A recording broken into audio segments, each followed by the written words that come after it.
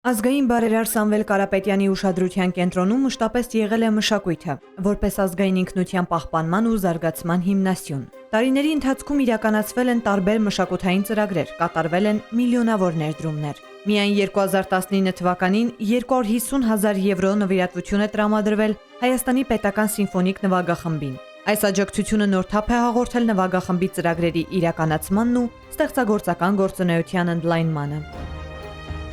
Ավելի վաղ 2014 թվականին Հայաստանի պետական երիտասարդական նվագախմբի նախաձեռնած Cartoon Non-Stop և Հայ ֆիլմ Non-Stop ծրագրերը դարձան իրականություն Տաշիր բարեգործական հիմնադրամի և Սամվել Կարապետյանի հովանավորությամբ։ Տարիներ շարունակ Արցախի ձայնը լսելի է դարձել աշխարհին դարձյալ Սամվել Կարապետյանի շնորհիվ։ Շատ կարևոր էր հենց Արցախի տաղանդավոր երեխաներին ցուցաբերված աջակցությունը Տաշիր բարեգործական հիմնադրամի կողմից, որովհետև 88-ից ի վեր աշխարհում ձևավորվել էր